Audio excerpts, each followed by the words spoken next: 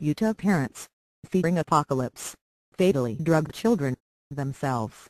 Police say the mysterious deaths of 5 Utah family members in their Springville home baffled authorities at first. Benjamin and Kristi Strack were found dead on their bed on September 27. On the floor near them in the locked master bedroom lay the bodies of 3 of their children, from 11 to 14 years old. There were no signs of violence, but beside each body, there were cups with liquid inside. On Tuesday, police in Springville revealed the conclusion of their investigation. The parents had committed suicide by taking toxic levels of drugs and had given fatal levels of drugs, including the heroin substitute methadone, to their younger 2 children. Their 14-year-old son, Benson, also had taken toxic levels of drugs, but the manner of death was ruled could not be determined because investigators were unsure whether he was capable of deciding to join his parents in committing suicide. But why would a family do this? According to a statement released by J. Scofian Lisson, chief of police for Springville, the parents had bought into a concern about a pending apocalypse. From interviews with friends and relatives of the Strack family, the statement said, it became fairly apparent that the topic of leaving this world was a fairly common theme. It added, while some friends thought that suicide may have been, or could have been included in their plans, others believed they were going to move somewhere and live off the grid. Tragically, the parents chose the former option, police believe, and took their children with them. No suicide notes. They didn't leave behind many clues to their thinking. Investigators found a notebook with the kind of handwritten lists parents write before going on vacation, like feeding the pets and asking someone to watch after the house, but no suicide notes were uncovered. However, one note was found apparently written by Benson to a friend, which indicated that Benson was aware that he may die, and was bequeathing his personal possessions to his friend, the police statement said.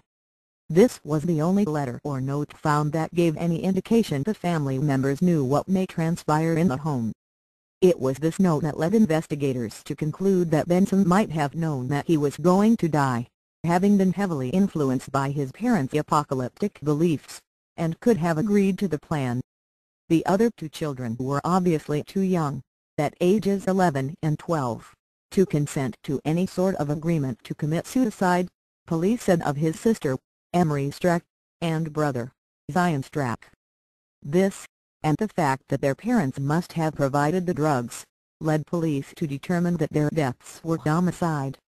Autopsy reports. The medical examiner's report said the drugs that caused the children's deaths were methadone and diphenhydramine, a common over-the-counter antihistamine used in such medications as Benadryl and Utah. The autopsy for Kristi Strack, 36, revealed the cause of death to be drug toxicity, with methadone, dextrorphan, diphenhydramine and doxylamine found in her system. She was receiving methadone treatment, police said, so she would have known just how toxic this combination of drugs would be. This contributed to their determination of suicide.